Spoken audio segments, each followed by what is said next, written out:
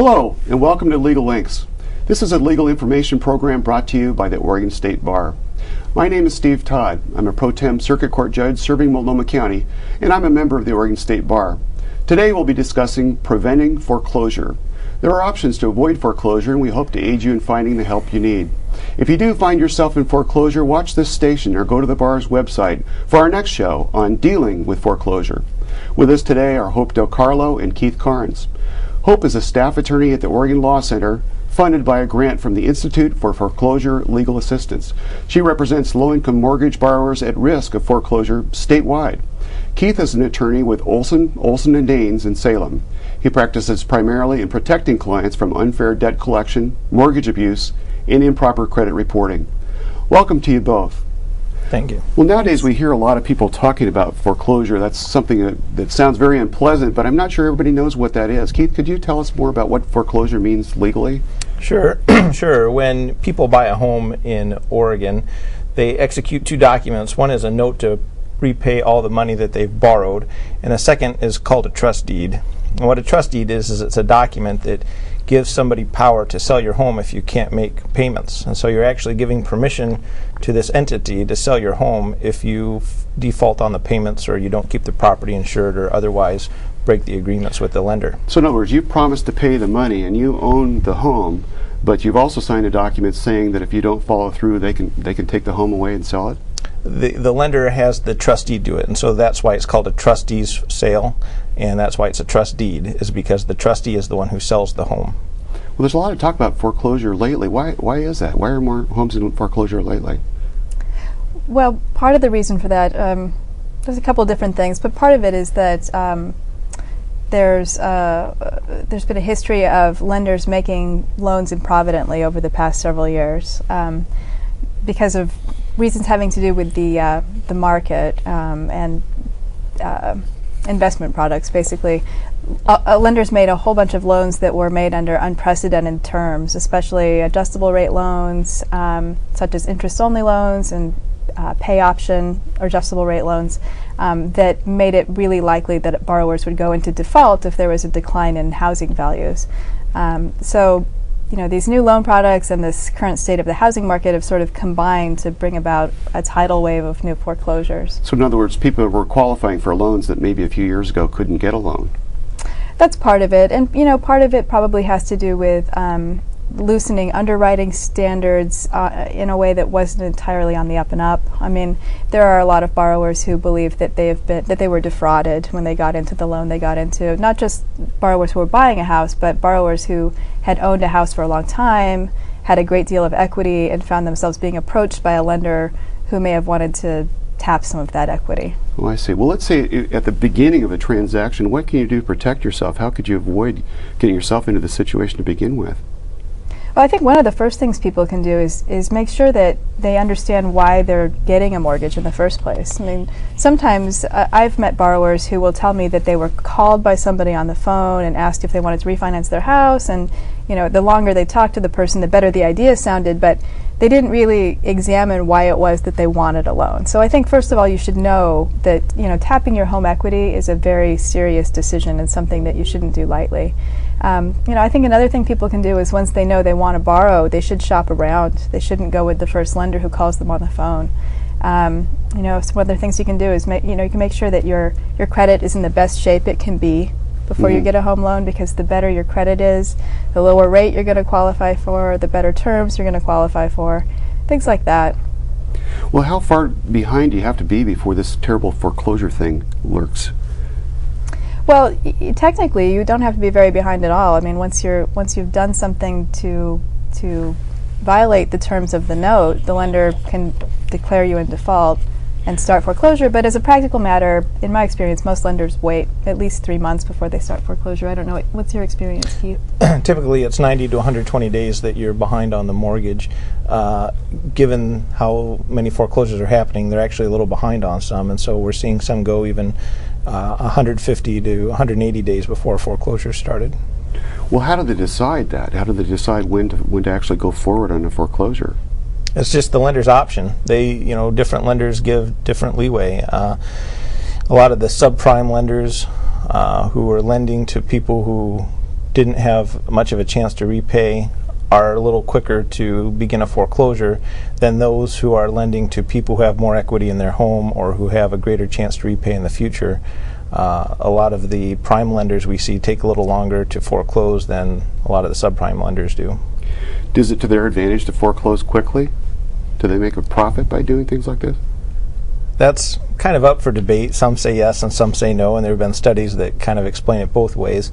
The one thing that they can do, though, is they can ensure that they at least get the home back and that they can turn around and sell it as soon as possible. The quicker they get the home back, the sooner they can sell it to somebody else. And when they sell it to somebody else, then they've obviously covered their costs, at least as best they can. It doesn't really benefit them at all to let the property sit there rent-free for such a long period of time. Well, what advice could you give somebody who's having trouble making their payments and they haven't gotten into trouble yet, but they're worried about what their options are? What advice could you give them? Well, I think before they get to the point where they're not able to make payments, they should try to get advice quickly, not wait and try to see if things will work themselves out on their own. I think if you're starting to have financial problems, you should call and get a referral to a HUD-approved housing counseling agency as soon as possible, so they can help you figure out how to make a budget, how to allocate more of your money toward your mortgage if that's what needs to happen. Sometimes what a housing counselor may tell somebody is that they really shouldn't be a homeowner and they need to find a way to get out of the house before they destroy their credit. So maybe it's better to actually get out of the entire house before you get foreclosed then? Sometimes it is. I mean, it varies a lot from person to person and depends on your circumstances, but sometimes that's the best advice a home ownership counselor will give somebody. So I would say before you get to the point where you're desperate, you should talk to a home ownership counselor right away. Now, can you talk directly to the bank? Is that smart or not, to tell the bank you're having some trouble? I think you can talk directly to the bank, and that's something that when borrowers will go on the internet and look for advice on what to do when they're in foreclosure, that's something you'll hear a lot. Mm-hmm. The problem, though, is that a lot of servicers are the entities that people actually send their payments to. Mm-hmm. A lot of them can be very hard to reach. It can be hard to reach someone with decision-making authority. And you know, I think it's worth an attempt to call your lender and try to work out something on your own, but for most borrowers, they're going to have better luck if they call somebody like a homeownership counselor or maybe even an attorney who can penetrate the bureaucracy of the lenders or the servicers phone system and get through to someone who can actually make a decision. Sure. Are there things the lender can do to help a borrower? Yeah, there are. There are a whole range of things that lenders can and are doing to help borrowers who are in distress right now. Sometimes they'll let people not make payments for a while. They might postpone a foreclosure sale because somebody says my circumstances are changing in a few months and I'll be able to catch up. They can work out loan modifications, which involve any change to the loan terms that you can imagine, be it a lower interest rate, forgiveness maybe of some of the interest or late fees. Yeah, there are a lot of things that lenders are often willing to do, especially in this climate of massive foreclosures. It doesn't always benefit the lender to foreclose. Sometimes it's better for them to have a loan that starts performing again. Mm-hmm. Are there things that you can force the lender to do? Can you force the lender to reduce your payments, or is it just at their mercy that they do something like that? It's at their own goodwill that they do that, and the market's kind of requiring them to do that now, and the FDIC and other federal agencies are pushing them to do that. However, they're not required by law to accept anything other than what you promised to pay when you first took out the loan. They are acting more reasonably than ever before as far as doing workouts and agreements like that. I just have one quick word of caution on that, though, is to make sure everything's done in writing. Mm-hmm. You have to be very careful about people who tell you just don't make any payments and everything will be fine. I've had several clients report to me even recently that they were told that, and then the next thing they know they have a foreclosure sale set because they were behind on their payments. And so it's very important to get these memorialized in a document, not just go on the verbal word by somebody answering the phone at your servicer. That's probably a problem with a big bank, especially if that person might change jobs or something. You'd have no way of proving what happened. Exactly. I just want to add one thing to what Keith said. On the question of whether you can force your lender to do something, he's right. In general, you're sort of at their mercy, especially with these big subprime lenders. However, if you have a VA loan or a HUD loan or some other government backed loan, you may have greater rights for loss mitigation efforts on the part of the lender. So I would especially urge those people to go and try to work with their lenders. Sounds like the important thing is not to wait, that as things get worse, they're less likely to work with you. Is that a fair statement? It depends on the lender. I mean, some people are willing to cut a deal at the very end, but not waiting is always good advice. There's no reason to wait till you have just a month left in your home before you try and work this out. It's always better to start sooner than later. Well, let's say that they're not willing to work with you. What can you do to avoid foreclosure? Well, one option is to try to hire an attorney. Some people who are in subprime loans right now might have valid legal claims or defenses that they can use as leverage to try to force the lender to work with them. In other words, the lawyer might find a defect in the way the original loan was written up? Exactly, and that defect might enable the lawyer to write a demand letter or file a lawsuit or do something that gives the borrower a little more power to push on their lender. Well, how about refinancing? Is that an option? That's an option too, although in this day and age, you know, we're filming this in October of 2008, it's really, really hard for a lot of people to qualify for financing now, especially if they have credit problems. Well, what would happen if you owe more than your home is worth if it does get foreclosed? Well, if you just have one mortgage on your home and they foreclose, then you're out from under the loan. You'll have a foreclosure on your credit report. However, they can't collect any money from you. What we're seeing, though, is there's a lot of people who have 2 and sometimes 3 and every once in a while 4 mortgages on their home. And so if the first mortgage forecloses, the second, third, and fourth can still sue you and, you know, garnish your wages and do all the other things that collectors do to get the money that's paid to them. And so whoever gets the property, that's all they get is the property. All the subsequent mortgages still are entitled to collect all the money you owe them. When people use terms like short sale and deficiency, is that what they're talking about? Yes, a short sale is when you sell the home to either a third party, or sometimes you can do a deed in lieu of foreclosure where you deed the property back to the lender in exchange for release of all claims that you owe them. Basically, that's just giving the house back and you just wipe the slate clean. That's right. Or the lender agrees to accept less than what's owed in full.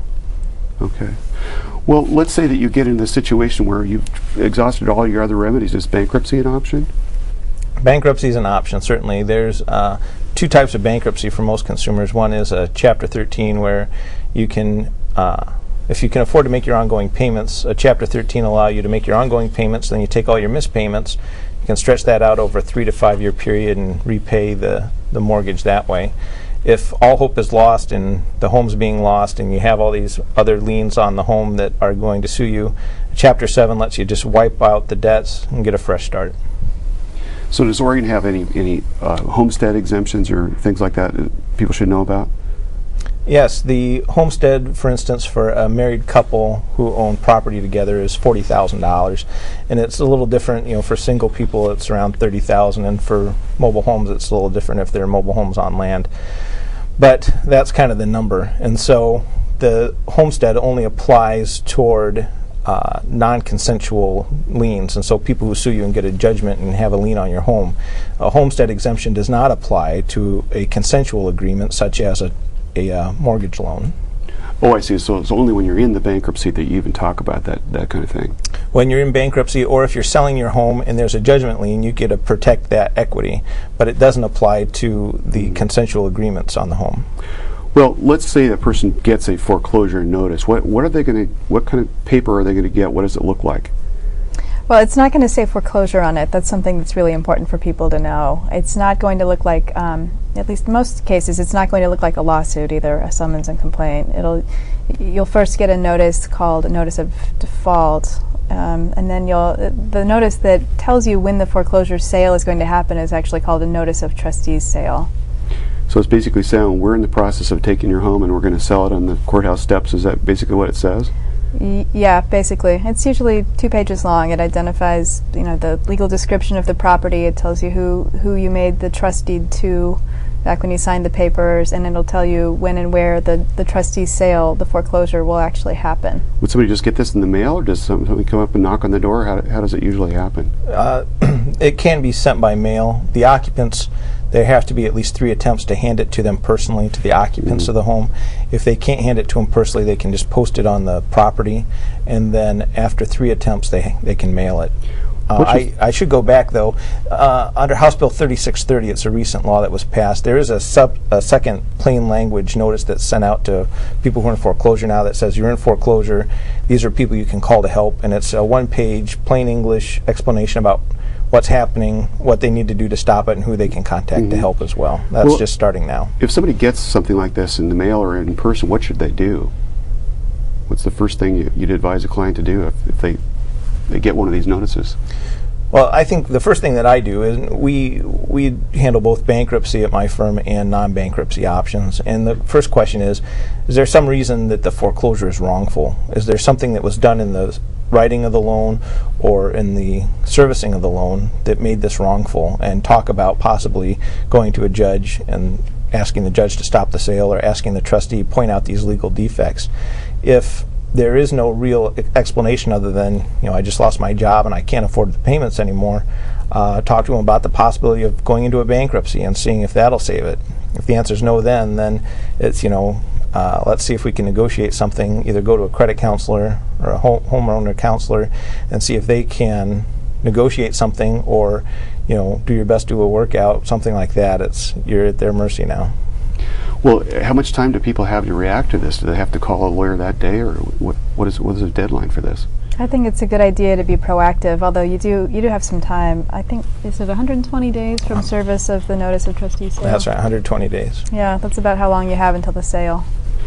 We hear about some scams that are out there, people that are taking advantage of desperate people. Can you tell us about some of those scams and what people should look out for? Yeah, the recent legislature actually passed some laws to help protect people in this situation, but the law requires, these new laws require that if somebody's going to come in and offer to buy your home before the foreclosure, and usually they'll try and get it at a bargain, and they offer to lease it back to you, let you stay there, and then you eventually buy it after your credit's improved in a couple years. That's a very common one that I've seen a lot. And these agreements have to be in writing, they have to be recorded with the county recorder's office, they have to be in the language that the agreement was negotiated in. There's all these very strict requirements on how that's done. And so the most common one that for years was going on was that arrangement of buying the home and leasing it back. There's some very strict requirements on that, and that's the one I'm most familiar with. Have you seen things like that in your practice? I have. I've also seen what I would call sort of predatory rescue loans, where mortgage brokers will get lists of borrowers who are in default and try to sell them a very expensive refinance loan as a way of saving them from foreclosure. I think that's another thing to watch out for. Where can people get some good information, some neutral information, maybe not necessarily legal advice, but just more about loans in general? The places they can go? Yeah, I think you can go online, and some of the websites that you will find that are sponsored by official agencies have really good information on them. The Oregon Department of Consumer and Business Services has good foreclosure-related information. OregonLawHelp.org is another one, which will direct you to information that's put out there by the Oregon Legal Services groups. Also, the State Bar has good information for consumers. But anything that's not put out by an official government agency or a nonprofit, I think you have to take with a grain of salt. Well, obviously people do need to talk to a lawyer about something this serious, but I've always noticed it helps to educate yourself first before you see the lawyer. Do you notice a difference with your clients when they come in, whether they're already on top of things or not? A lot of times you can tell, if they kind of have a general background, and they can help speed the transition up, which of course, the less time you spend talking to a lawyer, the less usually you'll get billed for his time or her time. And so there's nothing wrong with getting to know some information before going in. What kind of things can lawyers do when clients do come into your office with a trustee's sale notice and they only have a couple of months? What kind of things can a lawyer do for them?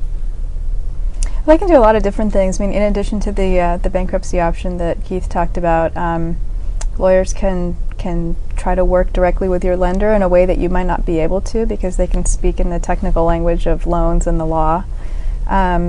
It's possible that if something really wrong happened when the loan was made and it hasn't been too long, that your lawyer could file a lawsuit on your behalf and try to force the lender by that means to rework your loan, or maybe even collect damages if you can't keep your house. If somebody's already in financial trouble, the idea of hiring a lawyer is pretty intimidating too. Is it expensive to go to talk to a lawyer for a short period of time? I can tell you that most bankruptcy attorneys in Oregon will give you a free consultation, and so if you're looking to speak to one of them, most bankruptcy attorneys in Oregon, though, just do bankruptcy, and they don't kind of do these other things that Hope and I have been talking about as far as bringing claims or trying to resolve these matters. As far as those attorneys go, some offer free consultations and some don't, but certainly, coming up with $30 or $40 to meet with an attorney is always a better option than not. And usually, if you have a viable case, the attorney will work with you and realize that you're in that situation, and they'll be willing to work out something either on a contingency agreement or some kind of reduced hourly rate or something to help folks out who are in that situation.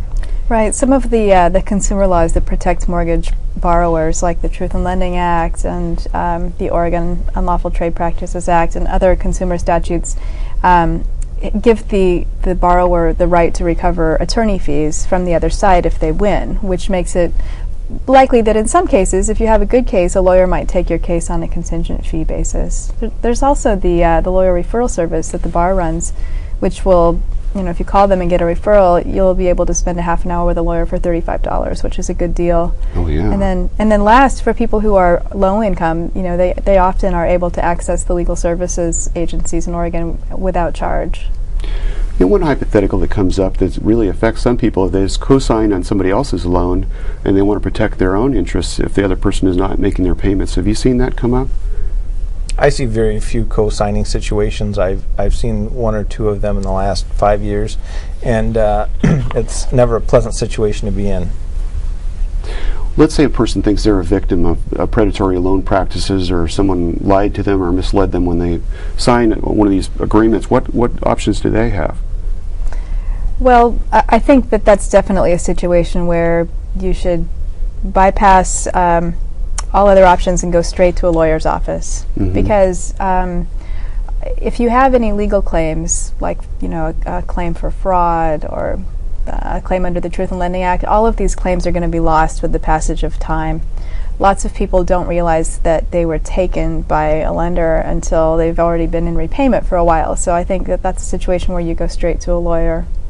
And have them read the fine print, obviously. Keep your documents, keep all of the documents that you got at closing in the same order and in the same place, all together, and bring them with you for your first appointment with the lawyer, and see if they can spot any issues just from looking at the paperwork. Well, let's say somebody's refinancing, and maybe it's not with a bank, but one of these services you've mentioned. Should they have a lawyer look at the paperwork first, then? Certainly. There are certain easy things to pick out that sometimes they'll require that you actually sign a deed giving the lender back the property as soon as you start to miss payments and things like that, which really probably aren't allowed by law, but they're a lot harder to undo than they are to spot at the beginning and get them cut out at the beginning. Well, I've heard people say that part of the reason we're in a crisis now is because loans were given to people that might not otherwise qualify, or maybe we need to change some laws. Are there laws that are causing this problem, or laws that could be improved? I think it's the lack of oversight is a lot of it. A lot of these loans were written to be sold to people who buy securities on Wall Street, and there are very strict requirements about how that's done and how quickly it needs to be done and how these trusts need to be filled and things like that. And so it's a very complicated situation, but yes, there's plenty of room for Congress and for the state of Oregon and the federal regulators to all act on these things. Is it important for the law to restrict people's ability to borrow? I mean, why not just have an open market? Is it just too big a risk to let people do that? Well, I think that we're seeing the fallout of an unregulated market right now. I mean, I think this is one of the few times since I've been a lawyer that there seems to be a converging sort of consensus that regulation is what's going to help solve this problem that we're in now and prevent it from happening again. Well, it sounds like lots of people would have questions. Is this something you can just call a lawyer and ask about even if you're not in trouble? Do you ever have clients just call just to make sure that they're doing things the right way? Well, certainly, our firm represents people all throughout Oregon and Washington, and we get all kinds of varied calls, and we're always happy to talk to folks and give them some advice on what to do to avoid the problems. But a lot of these, as Hope mentioned, is you start to head into the problems as the housing counselors are the real folks in the trenches who deal with this and can help you out really quickly and easily. Yeah, and I would also add that housing counselors do their work for free. So, really? So, you know, if you aren't sure from the outset that what you have is a legal problem, I think they are really a good first point of contact for borrowers in trouble. And how would somebody find somebody like that? Well, you can look online. If you go to the HUD website and click through some tabs until you get to Oregon, you can find a list of Oregon HUD-approved housing counselors there. I think there's also a way to access them by phone if you call SafeNet, which is the 211 info number. You can find that online as well. They can refer you to an Oregon housing counselor. How would you know somebody's not on your side? Are there any danger signs to look for? Somebody offers to help you refinance your house, what should you be worried about? Look for high costs. Look for people who, people who tell you a story that's too good to be true. There's a lot of stories anecdotally, and I've seen it only once, is people who will buy your home from you, promise to resell it, but then they go out and mortgage the property to the hilt so that there's nothing left for you to do but move out. I would also be wary of anybody who tells you to stop making your mortgage payment. That's, I would say, there are very few situations that are bad advice across the board, but that is. And certainly waiting and not doing anything is about the worst thing you could do. Well, that's all we have time for today. Thank you, Keith and Hope. We really appreciate the time you've taken from your busy schedules to help us provide information about foreclosures to the general public. Many valuable resources were discussed today, and if our viewers didn't have a chance to write them all down during this program, we suggest they visit the Oregon State Bar's website. It's got a listing of phone numbers and additional websites at www.oregonstatebar.org. That's oregonstatebar.org. You can also visit the Oregon State Bar's website to comment on this program and give suggestions for future programs. We hope you found this program helpful and informational. On behalf of the Oregon State Bar, I'd like to thank you for joining us. We hope to see you again soon on Legal Links.